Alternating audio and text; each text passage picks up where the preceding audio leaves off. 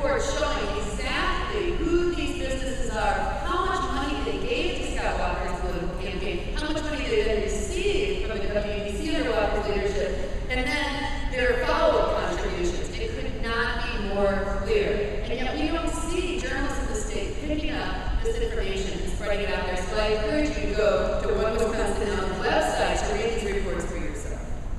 Most of all, Scott Ross is the leading national voice on the crisis of student debt in this country. And he has been doing something about that. You can catch him on the Rachel Maddow Show, on the Ed Show, on Melissa Harris-Perry, on C-SPAN, or even in the New York Times, USA Today, or the Washington Post, leading the charge to do something about student debt and make college affordable again, so that we don't leave an entire generation behind. Lately, he's been staying with Congressman Mark Buchanan, who's pushing out legislation to let students refinance their debt, just like people refinance their home mortgages, which is a cause that is so commonsensical, it is just impossible not to get behind. So, with great pride and joy, I introduce you, Scott Ross.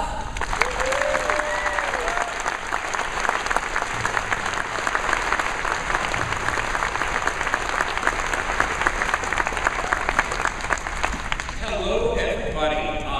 Ruth, thank you so very much for that kind and all too far too long introduction, and for your tireless leadership. And congratulations on the new gig as head of the Progressive Magazine. And certainly I would be remiss if I did not thank you, Ed, for all the things that you have done, championing progressive values, ideas, and policies here in the state of Wisconsin for much longer than I have lived here. So thank you.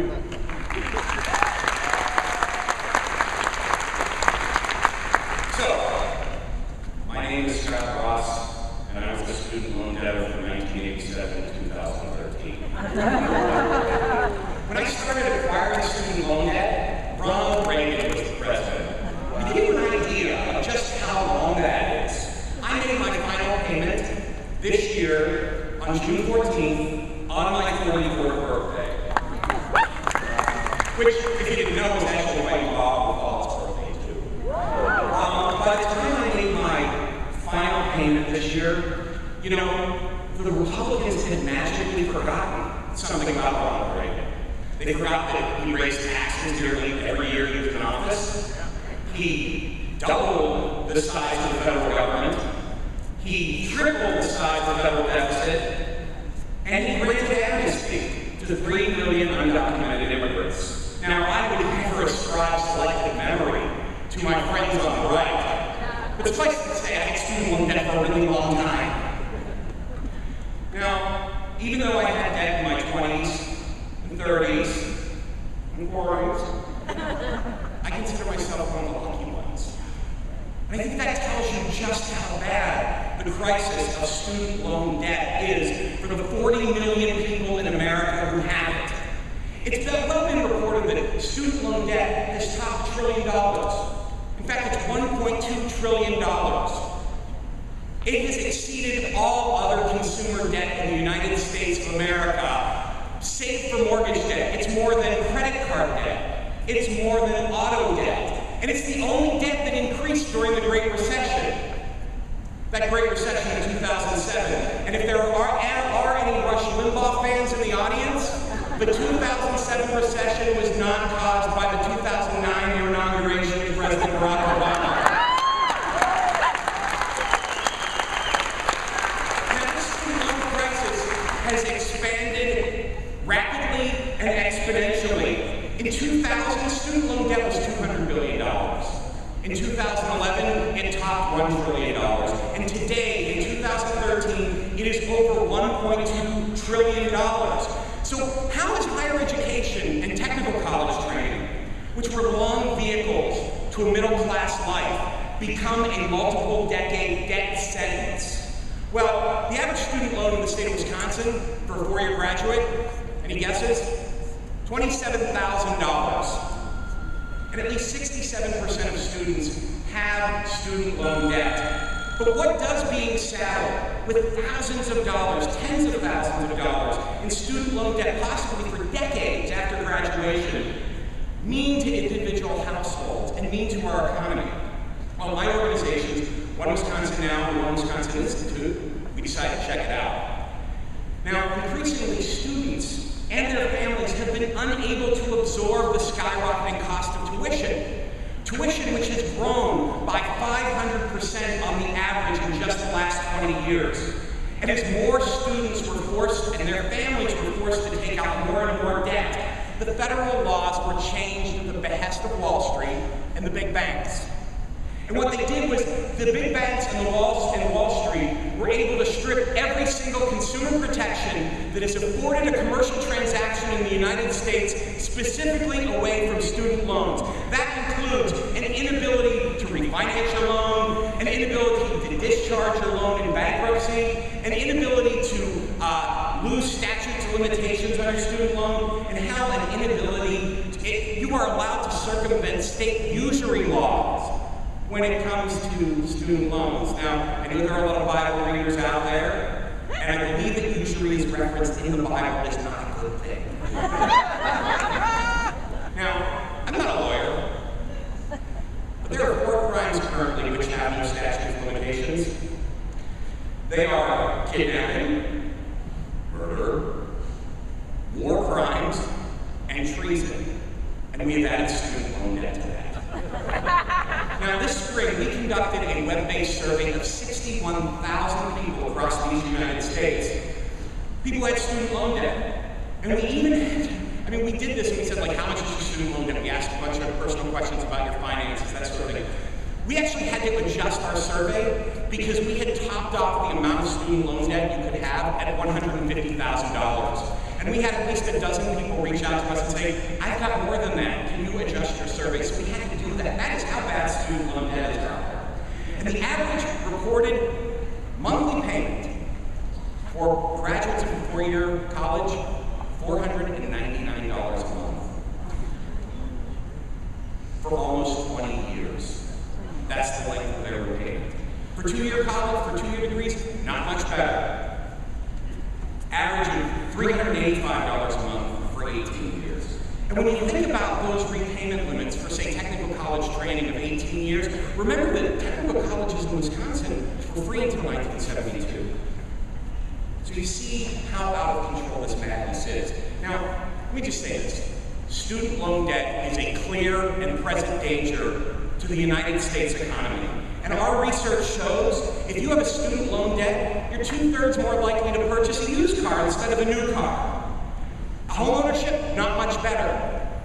You're 2/3, if you have a student loan debt, 2 out of 3 people with student loan debt rent or live with their parents. And many of those will never be able to own that embodiment of middle class, the American dream, a home of their own. And if you think this doesn't have an impact on our economy, well, you're probably a lobbyist for the Wall Street banks trying to keep these laws in place. Now, we need real solutions to the student loan debt crisis. Now, after past presidential administrations,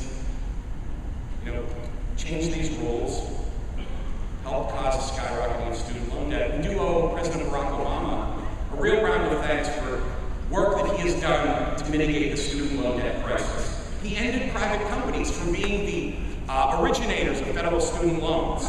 He introduced income-based repayment, and he offered some loan forgiveness so that you don't get into that cycle of default. So we do owe him a debt of gratitude for that. But there's more to be done, and we cannot wait another minute. The fact is, borrowers are not asking for a bailout. They are hardworking. They took the personal responsibility to finance their higher education, and they deserve action now.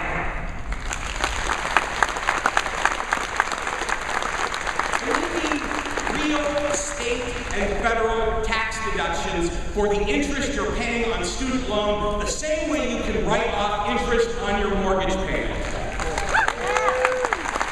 We need to prevent any tuition increase from not being higher than the rate of inflation. We need to allow banks, we need to allow borrowers the same low interest rates that the big Wall Street banks do, like Senator Elizabeth Warren has called for, and we need to expand grants for students who qualify. And you know what? Here's a great idea. We should allow the refinancing of student loans like you can do with your mortgage, to take advantage of free free market, lower interest rates, like is afforded every other commercial lending in the United States of America. And I will tell you, I was proud to stand this week with Representative Mark Pocan, who is introducing a bill to do just that. Now,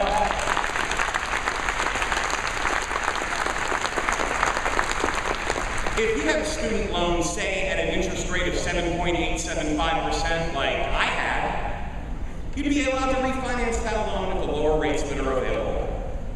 You know, we have ideas, we have enthusiasm, and we have real progressive leadership on the progressive side. Members of the House of Representatives, like Gwen Moore, Mark Pocan, and Ron Kind have all stood up and said enough is enough when it comes to student loan debt. And unfortunately, not unfortunately, this is my next line. And as I understand the speaking program today, Senator Baldwin is coming after me. So I guess I'm kind of a warm-up act. And so I am very proud to do that because Senator Baldwin said that student loan debt is a defining issue of our time. Now, you're going to be a little shocked by this, but not all of our elected leaders are on the side of borrowers. You know, for instance, when asked about the student loan debt crisis, our other Senator Ron Johnson, you know what he said? He said we need more for-profit colleges. But I mean, you know, given that guy, I'm unsurprised he's uneducated on this. After all, this is a guy who thinks, you know, Roe versus Wade is a debate over how to cross the Potomac River.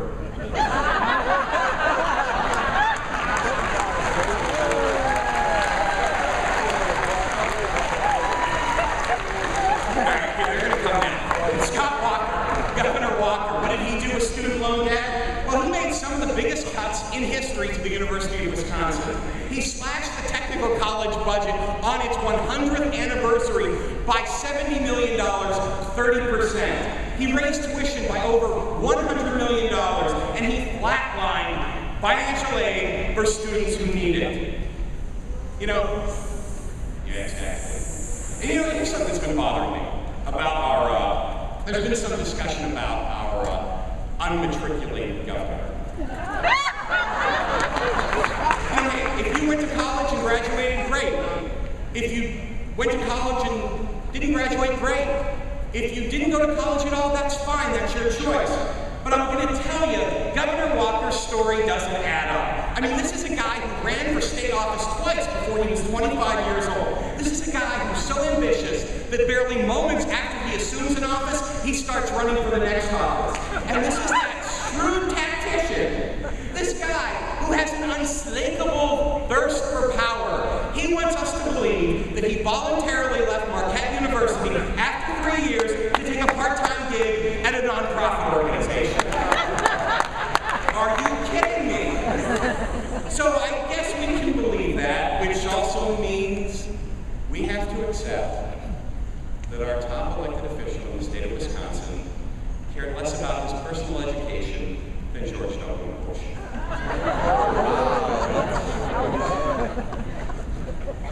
Back to my point. It's clear we have not crossed the $1 trillion student loan debt line because students and those returning for training have done one thing. Instead, rising costs, coupled with law changes that allow the big financial institutions to profiteer at the expense of the hopes and dreams of middle-class Americans. I mean, Wall Street loves this deal. The universities, they don't seem to care. And hell, the federal government stands to make $51 billion this fiscal year off of the interest from student loans. Put that in perspective, last year, ExxonMobil, the largest corporation in America, made $46 billion in profit. We ignore this crisis at our peril. Now, as our research shows, if we want a stronger economy and a brighter future for our children, we must acknowledge the drag on the economy of student loan debt. We need to bring balance to the financing system, and we need to restore the promise. We need to restore the promise of higher education. Now, to the generation preceding mine, the one that's kind of been in charge the last 25 years of federal and state government, When they chronicled your post-college years, it was an existential, family-friendly drama called 30-something. Well, for those of us in Generation X and the millennials, we've got a horror show called $30-something thousand a student. Now don't get me wrong, this is a multi-generational crisis. It is caused by avarice, it is caused by profiteering, it is caused by neglect. And 30% of the student loan debt in America is held by people over the age of 50 years old. Yeah.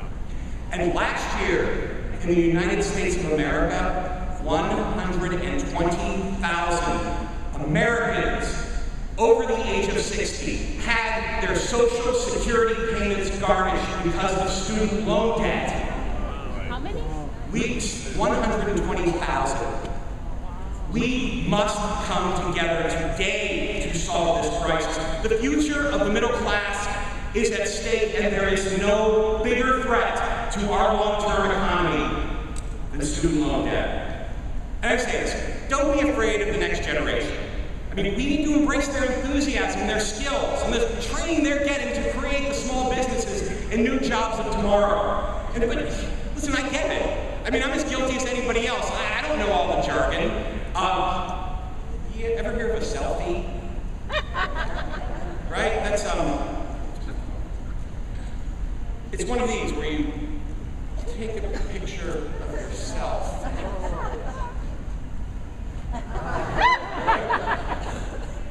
The selfie is where you take a picture of yourself, right? I thought a selfie was what I was doing because I couldn't get a date in high school.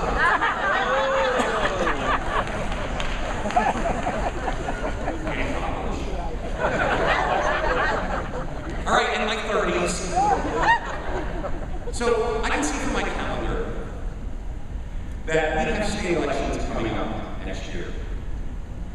Well, I can tell you there is a growing movement to make the issue of student loan debt central in the public policy debate.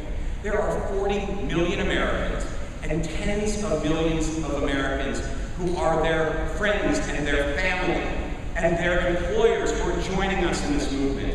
We have 40 million Generation Xers. We have 80 million millennials. And on the national stage, we see Paul Ryan and Marco Rubio, Sarah Palin, Scot Walker. And based on their age and their appearance, they're trying to deceive, divide, and conquer us by pretending the conservative side is where the interests for post-baby boomers are represented. And that is bull roar. Student loan debt is the unifying issue for our generations, all of us, standing up for borrowers to win their loyalty and their enthusiasm, and their vote is out there for the taking, progressives. Here in Wisconsin, together, we will make sure politicians are on the record and committed to solving the student loan crisis as their top priority. And as we make certain there is a and we must make certain there is a statewide candidate on the ballot in 2014 who makes ending the student loan debt crisis the central component of their campaign. And if we don't have one of those, by God, we're going to. Thank you so very much.